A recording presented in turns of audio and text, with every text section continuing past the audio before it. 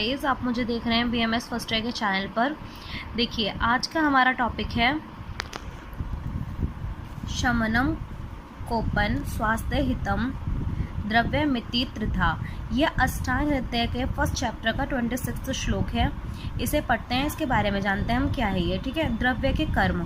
द्रव्य के कर्म, द्रव्य क्या है? सबसे पहले बात है द्रव्य। द्रव्य क्या होता है? एक मटेरियल जो भी हम लेते हैं। ठीक है, द्रव्य एक मटेरियल है जो भी हम खाएंगे पिएंगे। द्रव्य 3 प्रकार के होते हैं। ठीक है, द्रव्य 3 प्रकार के होंगे। कौन कौन से? शमन, कोपन, स्वास्थ्य के लिए हितकारी। देखिए, शमन क्या होता है? शमन का मतलब है ये द्रव्य शरीर में बड़े दोषों को अपने रसगुण आदि के द्वारा चिकित्सा द्वारा बड़े दोषों को घटाकर जैसे भी आवश्यकता है शांत कर देते हैं। यानी कि इसका मतलब क्या है? जो भी हमारे बॉडी के अंदर दोष यानी कि वात पित्त कफ अगर वो बढ़े हुए हैं तो उन्हें क्या करेंगे? घटाकर उसे शांत कर देंगे। शमन का मतलब होता है शांत करना। अब इसके बाद में आता है कोपन। कोपन का मतलब है ये कुपित दोष धातुओं को कुपित कर उनके अनेक प्रकार की व्याधियों को उत्पन्न करते हैं। व्याधि यानी कि डिजीज।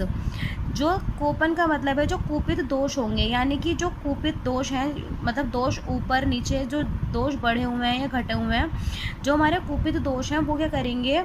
और व्याधियों को उत्पन्न कर देंगे, मतलब और ज़्यादा उन्हें कुपित कर देंगे। ठीक करने की बजाय उन्हें और ज़्यादा खराब कर देंगे।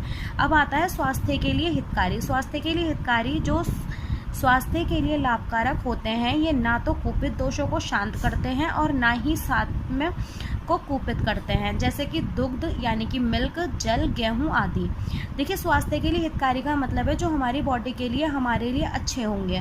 ना तो ये कुपित दोषों को शांत करेंगे और ना ही जो सही है, मतलब जो नॉर्मल अमाउंट में दोष है हमारे, उन्हें ना ही कुपित करते हैं। तो ये कौन कौन से हैं? जैसे दुग्ध यानी कि मिल्क। मिल्क कभी भी ना तो दोषों को बढ़ाता है और ना ही कम करता है। ठीक है, और जैसे जल, पानी और गेहूँ, ये सब चीज़ें जो हैं ये हमारे द्रव्य के कर्म थे। मतलब 3 प्रकार के इसके टाइप बताए गए हैं: शमन, कोपन और स्वास्थ्य के लिए हितकारक। देखिए, अब इसके बाद में आता है वीर्य के भेद। वीर्य के भेद पढ़ने से पहले हमें वीर्य का पता होना ज़रूरी है कि वीर्य किसे बोलते हैं।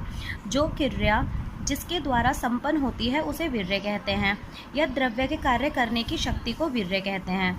जो द्रव्य यानी कि जो मटेरियल है उसका वर्क पोटेंशियल, जो मतलब उसके जो वो कार्य करेगा, जो वो वर्क करता है, उसके अंदर कितनी शक्ति है, मतलब कितना पोटेंशियल है, उसे वीर्य कहा जाता है।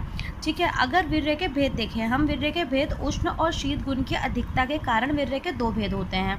उष्ण यानी कि हॉट, शीत यानी कि कोल्ड। अगर इनके नेचर के हिसाब से देखे जाएँ तो वीर्य सिर्फ 2 प्रकार के होते हैं, मतलब 2 टाइप्स होंगे इसके। लेकिन अगर कार्य करने के अनुसार 8 प्रकार के होते हैं। अगर हम कार्य के अनुसार देखें कि वर्क के अनुसार ये 8 प्रकार के होंगे। आपको सिर्फ 4 याद कर रहे हैं, 4 अपोजिट में इसके अपने आप याद हो जाएंगे। फॉर एग्जाम्पल गुरु। गुरु के क्या होगा? इसके अपोजिट लघु मतलब हैवी, उसके अपोजिट लाइट। उष्ण यानी कि हॉट, उसके अपोजिट कोल्ड। रुक्ष यानी कि रफ, उसके अपोजिट स्निग्ध। मृदु यानी कि सॉफ्ट, उसके अपोजिट तीक्ष्ण। ये 8 हमें अपने आप याद हो जाएंगे अगर हमें 4 याद हैं, सिर्फ अपोजिट आते हैं। ठीक है, अब इसके बाद में आता है विपाक। जो विपाक होता है हमारा विपाक, देखिए सबसे पहले विपाक देखते हैं, उसके भेद बाद में देखेंगे हम। विपाक सेवन किए गए मधुर आदि 6 रस वाले द्रव्य का महास्रोतों में जाठर अग्नि द्वारा परिपाक होकर अंत में जिस रस विशेष की उत्पत्ति होती है उसे विपाक कहते हैं। देखिए, जो हम खाना खा रहे हैं, मतलब हम जो भी खाना खा रहे हैं, सेवन कर रहे हैं किसी भी आहार को, तो उसमें क्या होते हैं? 6 रस होते हैं। मैं पहले ही बता चुकी हूँ, मधुर, अम्ल, लवण, कटु, तिक्त, कषाय।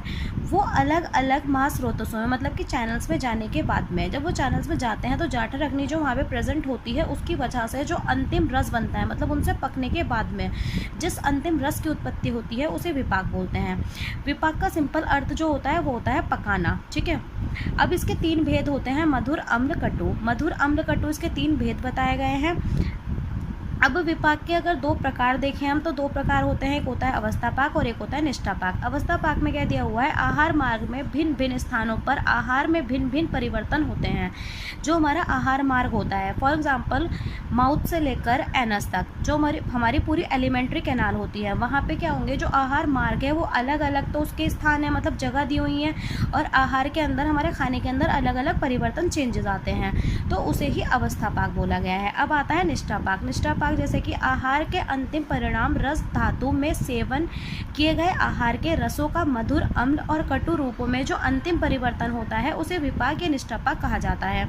देखिए, जो भी हम खाना खाते हैं, 6 रस जो हमने खाए हैं उनके जो अंतिम रस होगा, आहार के जो रस होंगे, तो जो अंतिम रस होता है, जो परिवर्तन होता है, मतलब मधुर, अम्ल, कटु रूपों में जो परिवर्तन होता है, इन तीनों के अंदर जो परिवर्तन होगा हमारे आहार का, उसे निष्ठापाक और या फिर विपाक बोला गया है।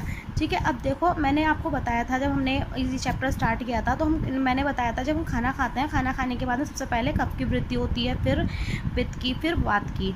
तो ऐसा क्यों होता है? जैसे हमारा आहार आमाशय में जाकर मधुर रस में परिवर्तन हो जाता है। जब हम खाना खाते हैं, खाना खाने के बाद में जो हमारा आहार आमाशय के अंदर, स्टमक के अंदर जाता है, तो सबसे पहले मधुर के अंदर कन्वर्ट हो जाता है वो। तो इसकी वजह से क्या होगी? कफ की वृद्धि हो जाती है।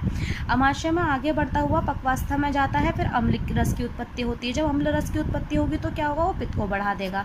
फिर इसके बाद में आता है आहार वायु द्वारा पक्वाशय में पहुंचता है, वह कटु रस में परिवर्तित हो जाता है। तो कटु रस में परिवर्तित होगा तो वात को बढ़ा देगा। ये सब चीज़ें क्या है? देखो, पहले हमारा क्या बन रहा है? कफ बढ़ रहा है, फिर पित्त बढ़ रहा है, फिर वात बढ़ रहा है। ऐसे ही जब हम खाना खाते हैं, खाना खाने के बाद जैसे हम कहते हैं नींद आती है, हमें आलस आ जाता है, तो किसकी वजह से आता है? कफ के बढ़ने की वजह से। लेकिन ऐसा होता क्यों है? क्योंकि आमाशय में खाना जाने के बाद में मधुर रस के अंदर परिवर्तित हो जाता है। इसकी वजह से क्या होगा? कफ बढ़ जाएगा, फिर आगे बढ़ता हुआ वो पित्त को बढ़ाएगा, फिर वात को बढ़ाएगा। ठीक है, अब नेक्स्ट आता है हमारा द्रव्य के गुण। जो द्रव्य के गुण दिए गए हैं वो क्या है हमारे? गुरु, मंद, हिम, स्निग्ध, शालक्ष्ण, सांद्र, मृदु, स्थिरः। ये जो हमारे गुण हैं, हमारे जो द्रव्य के गुण हैं वो 10 हैं और उसके विपरीत 20 माने गए हैं, मतलब कि अपोजिट। जैसे गुरु का मतलब होता है हैवी, इसके अपोजिट क्या होगा? लघु, यानी कि लाइट। तो इस तरीके से 20 बताए गए हैं। मैं 20 आपको सिंपल वे में बताती हूँ, आप इन्हें याद कर लीजिएगा। ये श्लोक याद करना है आपको, इम्पॉर्टेंट है। देखिए, गुरु यानी कि हैवी, उसके अपोजिट में लघु। ये मैंने यहाँ पे 20 लिखे हैं, 1 2 3 4 5 6 7 8 9 10। इसके 10 बस आप 10 याद कर लीजिएगा, इसके अपोजिट में अपने आप याद हो जाएंगे। ठीक है, ये 20 गुण होते हैं द्रव्य के गुण, आपको ये याद करने हैं। गुरु यानी कि हैवी, उसके अपोजिट लघु यानी कि लाइट। हिम का मतलब होता है कोल्ड, उष्ण, हॉट। शालक्ष्ण स्मूथ, खर, रफ। और मृदु सॉफ्ट, कठिन हार्ड। सूक्ष्म माइन्यूट। और स्थूल का मतलब होता है बड़ा। मंद का मतलब होगा स्लो, मतलब सॉफ्ट तरीके से काम करना। तीक्ष्ण मतलब पेनिट्रेटिंग। और स्निग्ध का मतलब होता है स्मूथ। रुक्ष का मतलब होगा रफ। सांद्र का मतलब होता है थिक। और द्रव का मतलब होगा लिक्विड। स्थिर का मतलब होता है इमूवेबल, जो मतलब अपनी जगह पर रहता है, मूव नहीं करता। चल का मतलब होगा जो मूवमेंट, जिसके अंदर मूवमेंट होती है। एंड विशद का मतलब होता है क्लियर। और ये है हमारा लास्ट पिछल, इसका मतलब होता है, पिछल का मतलब होगा स्लिमी। ठीक है, आज गाइस बस इतना ही। आपको वीडियो पसंद आई हो तो प्लीज़ वीडियो को लाइक करें। अगर आप मेरे चैनल पर नए हैं तो चैनल को सब्सक्राइब करें एंड बेल आइकन को प्रेस करना नहीं भूलें। और अगर कोई भी प्रॉब्लम हो तो प्लीज़ मुझे कमेंट बॉक्स में लिखकर बता दीजिए ताकि मैं उसका सॉल्यूशन निकाल सकूं। Thank you so much.